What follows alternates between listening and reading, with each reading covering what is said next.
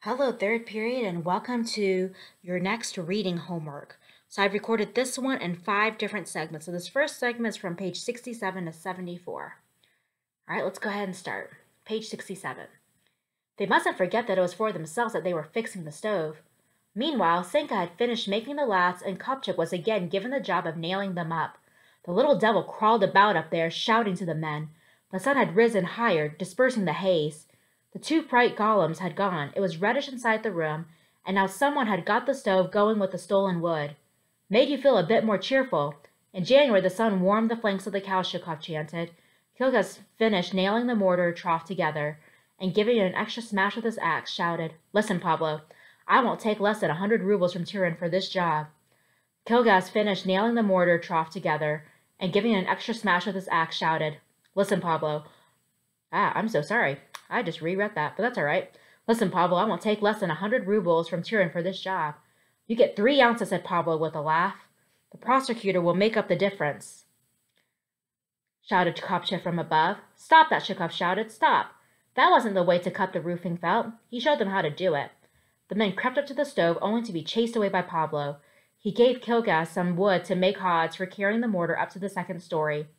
He put on a couple more men to bring up the sand, others to sweep the snow off the scaffolding where the blocks were to be put, and another to take the hot sand off the top of the stove and throw it into the mortar trough. A truck engine snorted outside. They were beginning to deliver the blocks. The first truck had got through. Pavel hurried and waved on to the driver to where the blocks were to be dumped. They put up 1 thickness of roofing felt, then a second. What protection could you expect from it? It was paper, just paper. All the same, it looked like a kind of solid wall. The room became darker, and this brightened the stove up. Alosha brought in some coal. Some of them shouted to tip it onto the stove, others not to. They wanted to warm up with the flames. Alosha hesitated, not knowing whom to obey. Fetikov had found himself in a cozy corner near the stove, and the fool was holding his boots right up to the flames. The captain took him by the scruff of the neck and lugged him off to the barrow. "You haul sand, you bastard!" The captain might still have been on board ship. If you were told to do something, you did it. He had grown haggard during the past month, but he kept his bearing. In the end, all 3 windows were covered. Now the only light came through the door, and with it came the cold. So Pavel had the upper half of the doorway boarded up but the lower left free, so that the men, by stooping, could get through it. Meanwhile, 3 trucks had driven up and dumped their loads of blocks. Now the problem was how to get the blocks up without the mechanical lift. "Masons, let's go around and look," Pavel called. It was a job to be respected. Shukov and Kilgas went up with Pablo. The ramp was narrow enough anyhow, but now that Senka had robbed it of its rails, you had to make sure you pressed close to the wall if you weren't going to fall off it. And still worse, the snow had frozen to the treads and rounded them. They offered no grip to your feet. How would they bring up the mortar? They looked all around to find where the blocks should be laid. The men Pavel had sent up were shoveling the snow from the top of the walls. Here was the place. You had to take an axe to the ice on the old workings and then sweep them clean. They figured out how best to bring up the blocks. They looked down. They decided that rather than carry them up from the ramp, 4 men would be posted down below to heave the blocks up to that platform over there. Then another couple would move them on, and that 2 more would hand them up to the 2nd story. That would be quicker than carrying them up the ramp. The wind wasn't strong, but you felt it. It would pierce them all right when they started laying. They'd have to keep behind the bit of wall that the old crew had begun on. It would give them some shelter. Not too bad, it'd be warmer that way. Shukov looked up at the sky and gasped. The sun had climbed almost to the dinner hour. Wonder of wonders, how time flew when you were working. That was something he had often noticed. The days rolled by in the camp. They were over before you could say knife. But the years, they never rolled by. They never moved on by a second. Whew. When they went down, they found that everyone had settled around the stove except the captain and Fetikov, who were still hauling sand. Pavel flew into a rage and sent 8 men out at once to move blocks, 2 to pour cement into the box and mix it with sand, another for water, another for coal. But Kilgas gave his own orders. "Well, men, we must finish with the barrows." "Shall I give them a hand?" Shukov volunteered. "Yes, help them out," said Pavel with a nod. Just then they brought in a tank for melting snow. Someone had told them that it was already noon. Shukov confirmed this. "The sun's already reached its peak," he announced. "If it's reached its peak," said the captain reflectively, "it's 1 o'clock, not noon." "What do you mean?" Shukov demurred. "Every old-timer knows that the sun stands highest at dinner time." Old-timers maybe, snapped the captain, but since their day, a new decree has been passed. Now the sun stands highest at one. Who passed that decree? Soviet power.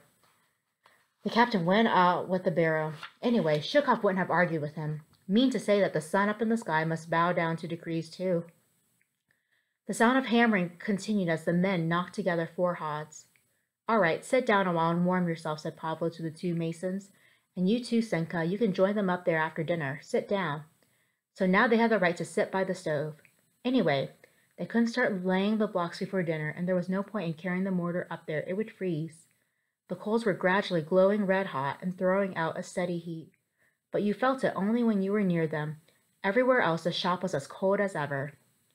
They stood off their mittens. 4 men held their hands up to the stove. But you never put your feet near the flame if you're wearing boots. You have to remember that. If they're leather boots, the leather cracks, and if they're Valenki, the felt becomes sodden and begins to steam, and you don't feel any warmer. And if you hold them still nearer the flame, then they scorch, and you'll have to drag along till spring with a hole in your boot. Getting another pair can't be counted on. What does Shukov care? Kilka said. Shukov has 1 foot almost home. The bare one, said someone. They laughed. Shukov had taken his mended boot and was warming his foot rags. They had given Kilgas 25 years. Earlier, there'd been a spell when people were lucky. Everyone to a man got 10 years, but from 49 onward, the standard sentence was 25 irrespective. A man can survive 10 years, but 25, who can get through alive? Shukov rather enjoyed having everyone poke a finger at him as if to say, look at him, his term's nearly up, but he had his doubts about it.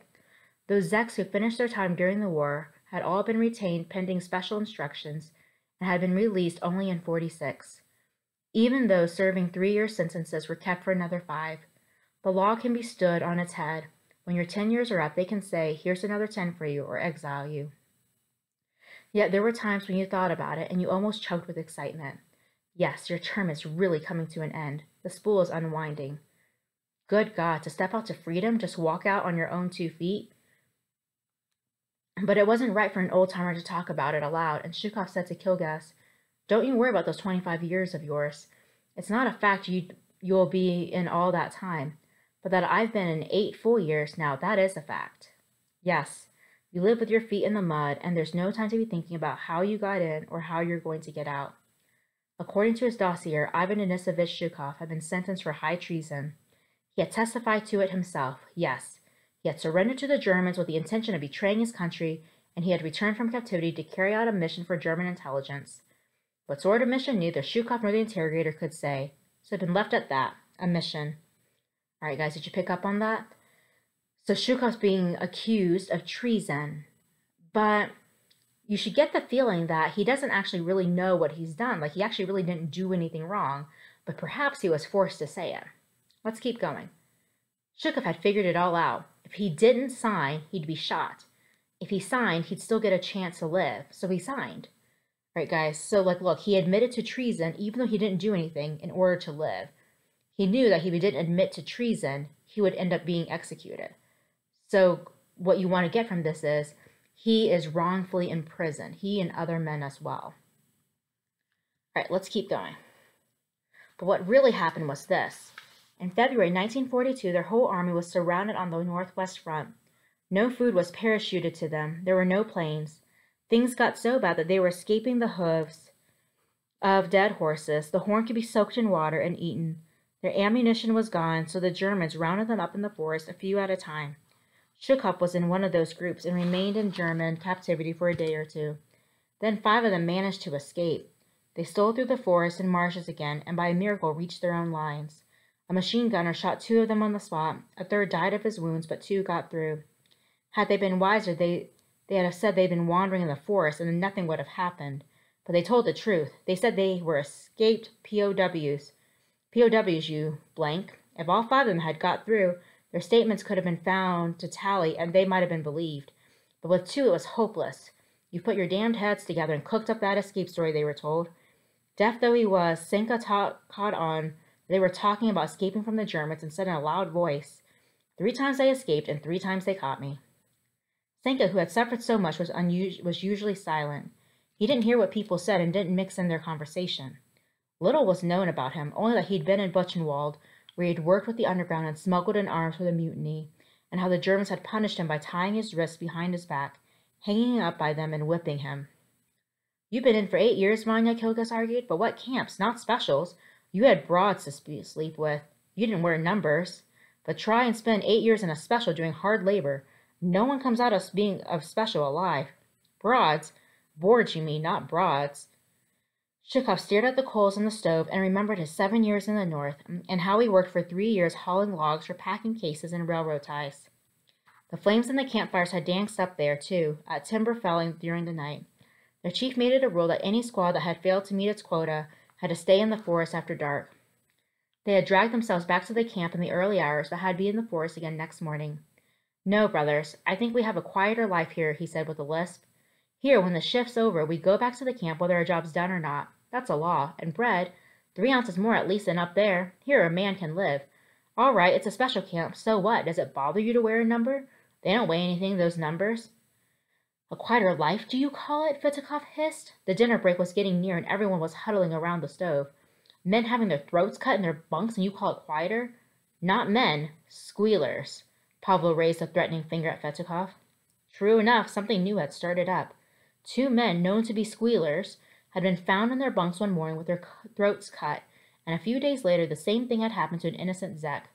Someone must have gone to the wrong bunk, and one squealer had run up on his own to the head of the guardhouse, and they'd put him in for safety. Amazing.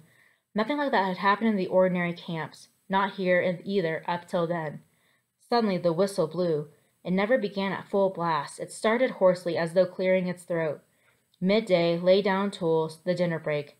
Damn it, they had waited too long. They should have gone off to the canteen long ago and taken their places in the line. There were 11 squads at work at the power station, and there was room in the canteen for only 2 at a time. Tyrin was missing. Pavlo cast a rapid glance around the shop and said, "Zhukov and Kopchik, you come with me. Kilgus, as soon as I send Kopchik to you, bring the whole squad down." Others took their place at the stove the moment any were vacated. The men surrounded it as though it were a pretty broad. They all crept up to embrace it. "Come on, don't spend the night with her," others shouted. "Let's smoke." They looked at one another to see who was going to light up. No one did. Either they had no tobacco or they were holding on to it, unwilling to let it be seen. Zhukov went out with Pavlo. Kopchik loped behind like a hare. "It's gotten warmer," Zhukov said at once. "0, no lower. Fine for laying bricks." They stole a glance at those blocks. The men had already thrown a lot of them up to the platform, and quite a number had been shifted to the floor above. Screwing up his eyes at the sun, Zhukov checked its position. He was thinking of the captain's decree. Out in the open, the wind was still having its way, and the cold was still fierce. Don't forget, it was telling them, this is January. The Zek's canteen was no more than a shanty made of boards nailed together around a stove, with some rusty metal strips over the cracks. Inside, it was partitioned into a kitchen and an eating room. In neither there was a wood floor. It was pitted with the lumps and hollows that the men's feet had trodden onto it. All that the kitchen consisted of was a square stove with a soup kettle stuck on top. The kitchen was run by 2 men, a cook and a sanitation inspector. Every morning as he left the camp, the cook drew an issue of grits from the main kitchen, about 1½ ounces a head probably. That made 2 pounds a squad, a little less than a pood for the whole column. The cook didn't like carrying the sack of grits the 2 miles himself, so he got a helper to carry it for him. Better to give the helper an extra portion at the Zek's expense than burn his own back. All right, guys, that's the end of the first segment. God bless you and have a good evening. Don't forget, you need 3 annotations per reading. Use the format in the reading guide.